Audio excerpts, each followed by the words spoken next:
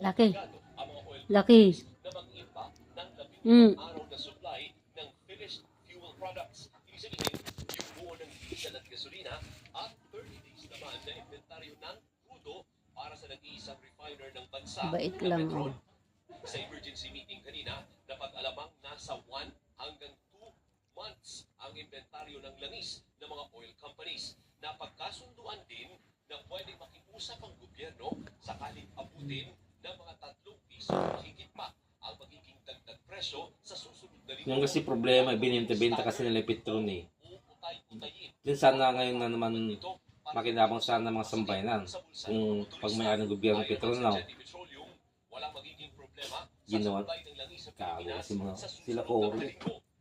Marami pong mga products in transit na rin nakaparating ng Philippines na yan po sabihin natin na talagang that will also beef up yung talagang